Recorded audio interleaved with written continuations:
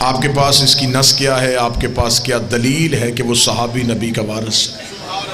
انہوں نے جو قبلہ سلطانی صاحب دلیل دی، وہ دلیل یہ تھی کہ نبی اپنے زندگی میں کسی کا اعلان نہیں کر کے گئے تھے، بعد از رسول امت کے تقسیم ہونے کا اندیشہ تھا، لہٰذا مسلمانوں کے دو بڑے گروہ مہاجرین اور انصار نے ایک باقاعدہ مشاورت کے ساتھ ثقیفہ بنی سعدہ میں ایک کمیٹی تشکیل دی کہ کیا فیصلہ کیا جائے۔ کمیٹی بن رہی تھی یا بات دست و گریبان تک پہنچ گئی۔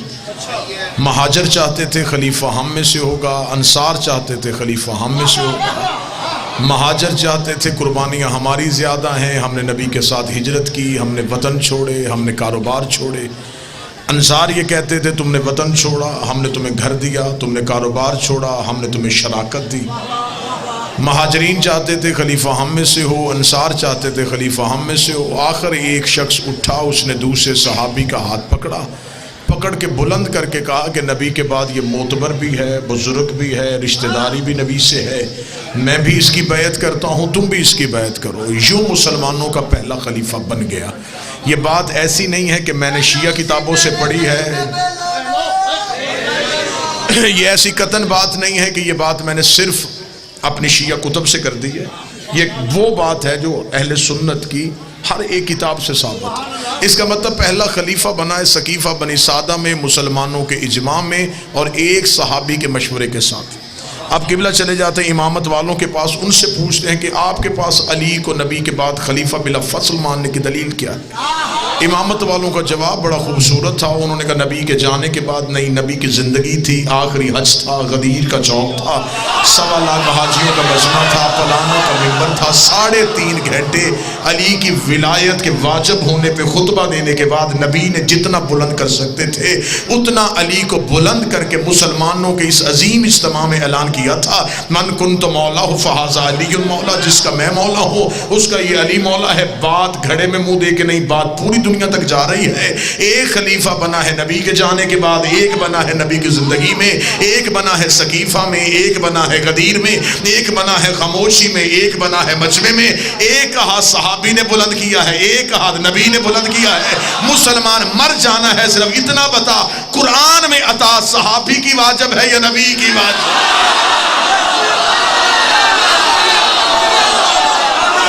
مولا حسین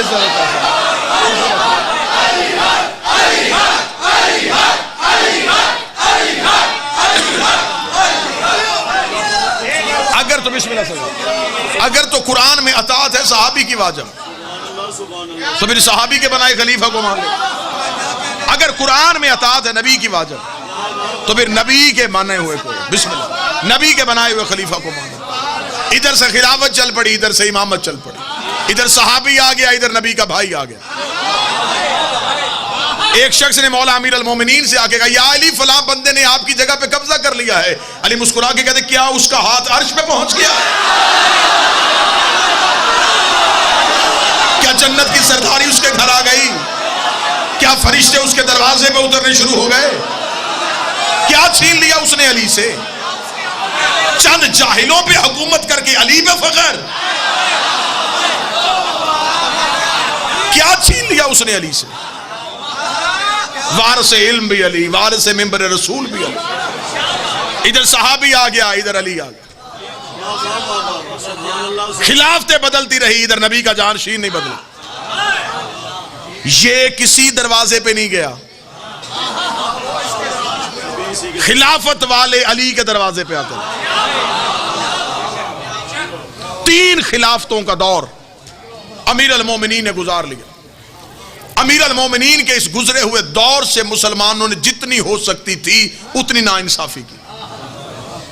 قبلہ سلطانی صاحب تشریف فرمائے، قبلہ نقوی صاحب تشریف فرمائے، غیور شاہ جی تشریف فرمائے، اتنے باعزت پڑھنے والے احباب تشریف فرمائے۔ اتنی بڑی بددیانتی گئی ہے بابا ظہور جعفری صاحب، اتنی بڑی بددیانتی کہ شیعہ منبر سے پڑھا گیا کہ اس پورے عرصے میں علی گھر میں قرآن جمع کر رہے تھے۔ وہ کون سا قرآن تھا جو علی کے پاس نہیں تھا؟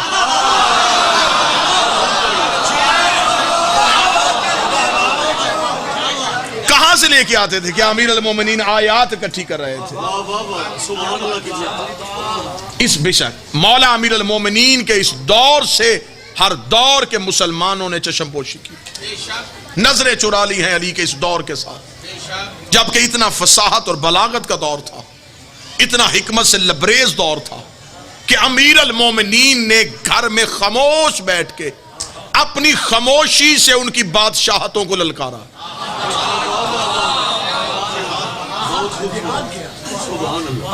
اور یہ امیر المومنین اگر چاہتے تو آج جو ہمیں بہت لبرل قسم کے شیعہ درس دیتے ہیں کہ حضور ہمیں یہ کرنا چاہیے کہ ہمیں دوسرے لوگوں کے ساتھ اتحاد اور اتفاق کے ساتھ رہنا چاہیے، تو امیر المومنین نے تو بھی یہ دور گزارا ہے، تو کیا امیر المومنین نے یہ دور اتحاد میں گزارا ہے؟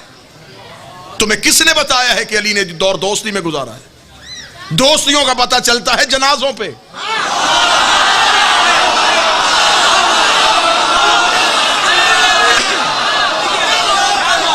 علی کی دوستی تھی تو علی ان میں سے کسی کے جنازے پہ کیوں نہیں گئے؟ دور تین بدل گئے، ادھر سے امامت کا ایک دور آ گیا، ادھر سے خلافت گھٹتی گھٹتی اتنی گھٹ گئی کہ ان کے پاس یزید آ گیا، امامت بڑھتی بڑھتی اتنی بڑھ گئی کہ ادھر حسین آ گیا، مولا حسین خلافت والوں کا معیار گرتا گیا، امامت والوں کا معیار بڑھتا گیا، ادھر یزید آ گیا ادھر حسین آ گیا۔ اب یہ ہے تاریخ اسلام کا ایک تابناک پہلو، ایک روشن ترین بات۔ آہا، ادھر ہندا کا بیٹا آ گیا، ادھر زہرا کا بیٹا آ گیا، ادھر فرار کا جانشین آ گیا، ادھر کرار کا جانشین آ گیا۔ اب ٹریک تو قبلہ سلطانی صاحب نے بدلا لگا، ادھر کلیجہ چبانے والی کا بیٹا آ گیا، مولا حسین عزت بیٹا آ گیا، ادھر اسلام کو دولت دینے والی کا بیٹا آ گیا۔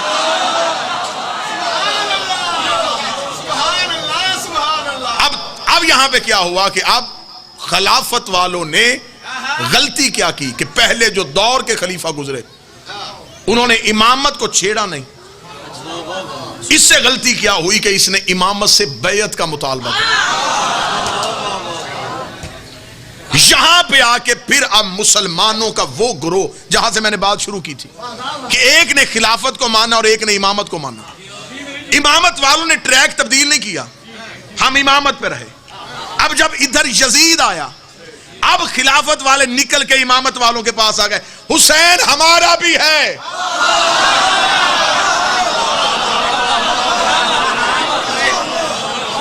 اب دو نمبری نہیں کرنی، اگر خلافت کو مانا تھا تو پھر اب خلافت کو مان۔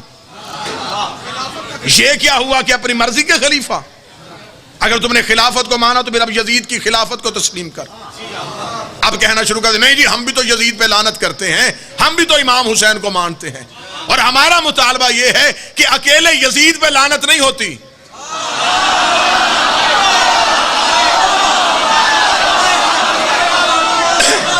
ہر دور کے یزید پہ لعنت ہو۔ یہ کیا دو نمبری، ہم بھی تو امام حسین کو مانتے تو نہ مان، ہم شیعوں کو مطمئن کرنے کے لیے جی ہم 10 محرم کو حلیم کی دیگے دیتے ہیں، دیگے دینے سے حسین نہیں ملتا،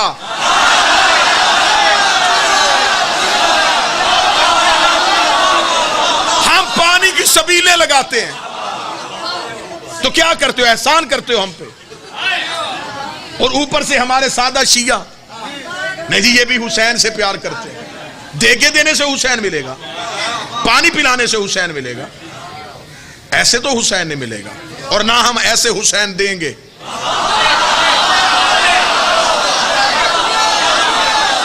جو مولوی اٹھتا حسین صحیح یزید غلط، میں جملہ ملتان میں کہنے لگا ہوں، سارا مجمع چپ رہے، خطیبوں سے داد لے لوں گا، حسین صحیح یزید غلط، حسین صحیح کہنے کے لیے کئی غلط کہنے پڑتے ہیں۔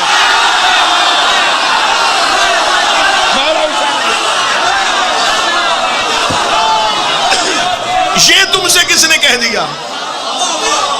صرف حسین صحیح نہیں، حسین کا پورا نظام صحیح، صرف یزید غلط نہیں، یزید کا پورا نظام غلط۔ کیا کہنے تمہاری دو نمبری کے، رضی اللہ بھی مرضی کے، لانتی بھی مرضی کے۔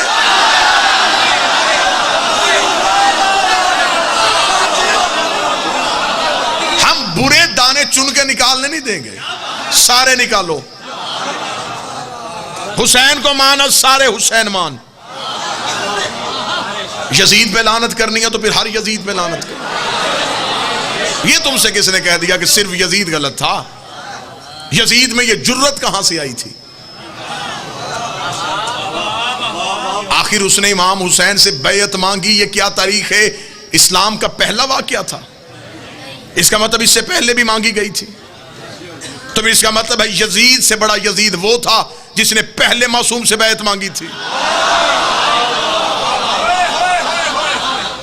اور یہ جو 28 رجب ہم مناتے ہیں، یہ 28 رجب ہمارے صرف ماتم کے لیے نہیں، یوم انکار حسین ہے۔ شاعر بھی ہیں آپ کے پاس، قلم مالک نے عطا فرمایا، یہ یوم انکار حسین ہے۔ امام حسین نے 26 رجب کو ولید کے دربار میں کھڑے ہو کے کہا نہیں،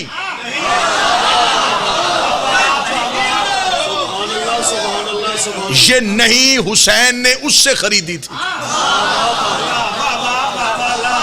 کیونکہ اس نے پہلے اپنے کلمے میں لکھوایا تھا لا نہیں، حسین نے اس سے اس کی لا خریدی۔ 26 رجب کو امامت کا نمائندہ خلافت کے نمائندے کے دربار میں آیا، اس کا بیعت کر، حسین کا نہیں۔ حسین یہ نہیں کہی، کہہ کے حسین دربار سے نکلے، یہ نہیں پھیلی۔ حسین نے 28 رجب کو وطن چھوڑا، فضائل پڑھ رہا ہوں، 2 محرم کو کربلا پہنچنے تک حسین کی نہیں کئی حصوں میں تقسیم ہو گئی۔ اب جب حسین کربلا پہنچے تو نہیں 72 حصوں میں تقسیم ہو چکی۔ 72 نے حسین سے حسین کی نہیں خیرات میں مانگی، انہوں نے بھی کہا نہیں نہیں نہیں نہیں۔ ولید نے صرف حسین سے بیعت مانگی تھی، 72 سے نہیں۔ حسین انکار بیعت میں جا رہے تھے، 72 محبت حسین میں جا رہے تھے۔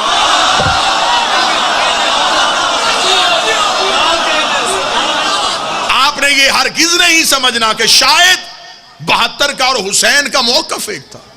حسین نے کہہ دیا نہیں، حسین پہ بیعت کا مطالبہ تھا، حسین کے ساتھیوں سے تو بیعت مانگی نہیں گئی۔ انہوں نے حسین کی نہیں میں اپنی نہیں رکھ دی۔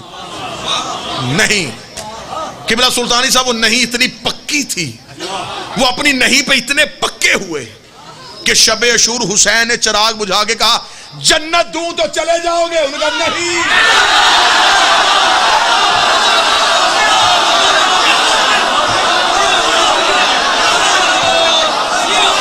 اتنے پکے ہو گئے،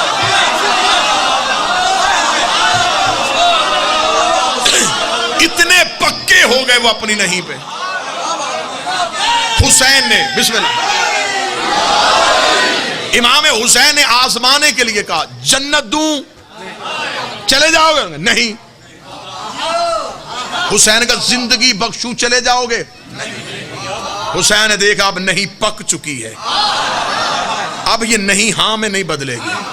حسین نے 10 محرم کو کربلا کی ریت کے ساتھ یہ نہیں کائنات میں پھیلا دی، یہ نہیں پوری کائنات میں پھیل گئی۔ میں اب وہ نہیں جو 26 رجب کو ابھری تھی میں ملتان میں دکھانے لگا ہوں، وہ نہیں 26 رجب کو نکلی، وہ مدینے سے چلتی ہوئی مکہ سے گزرتی ہوئی کربلا میں پہنچی، کربلا میں حسین نے اپنی خاک شفا کے ساتھ دنیا میں پھیلا دی۔ آج وہ نہیں ہمارے وجود میں رچ بس گئی ہے، آج ہم اس نہیں پہ ایسے کھڑے ہیں۔ آج ہمیں بندے کہتے ماتم چھوڑ، ہمیں کہتے نہیں، جلوس چھوڑ نہیں، زنجیر چھوڑ نہیں، علی چھوڑ نہیں۔ بسم اللہ، مولا حسین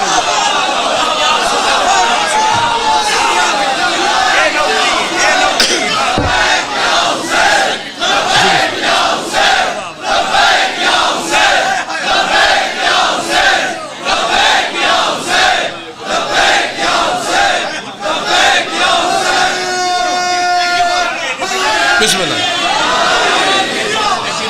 جی، بسم اللہ سر۔ آج وہ نہیں ہمارے پاس ہے، آج زمانے میں کسی کے پاس وہ نہیں، آج وہ نہیں ہمارے پاس۔ لوگ ہم سے کہتے روٹ بدلو، نہیں، مجلس نہ کرواؤ، نہیں، زنجیر نہ مارو، نہیں، علی ولی اللہ نہ پڑھو، نہیں۔ یہ جس کی ہم قبر پہ آئے ہیں یہ ہاں والا نہیں، یہ نہیں والا تھا، یہ ہے وہ نہیں۔ بسم اللہ سے، بسم اللہ سے، بسم اللہ سے۔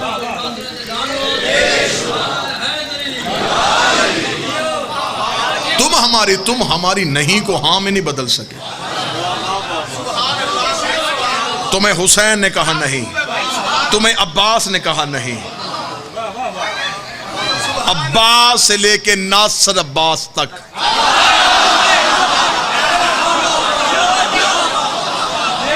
سب نے تمہیں للکار کے کہا نہیں، ہم نہیں والے ہیں، ہماری نہیں کو تم ہاں میں نہیں بدل سکتے۔ تم نے کیا سمجھا تھا کہ تم حسین کو طاقت اقتدار کی وجہ سے حسین کے نعرے کو خاموش کروا لو گے؟ یہ نعرہ آج مجلسوں میں آ گیا ہے، یہ جتنے بیٹھے ہیں یہ اس نہیں کے وارث بیٹھے ہیں۔ یزید نے کہا حسین نہیں کو ہاں میں نہیں بدل رہا، انہوں نے کہا نہیں بدل رہا، اسے کہا قتل کر دو، مار دو۔ میں چاہتا ہوں کہ کسی طریقے سے جتنا ظلم ہو میں نہیں ہاں میں بدلوں۔ 72 لاشیں چلے گئے اور نہیں ہاں میں نہ بدلی، 13 ضربیں آ گئیں، نہیں ہاں میں نہ بدلی۔ قتل حسین ہوا، ادھر سے شادیاں نے 9 لاکھ میں بجے، نہیں چپ ہو گئی، نہیں چپ ہو گئی۔ اب کوئی نہیں کہے گا ہم نے نہیں کو قتل کر دیا، یا جلے ہوئے خیموں سے ایک بی بی کی آواز آئی نہیں۔ تمہیں کس نے کہا کہ نہیں خاموش ہو گئی؟ نہیں، وہ بھائی کی نہیں بہن کے پاس آ گئے،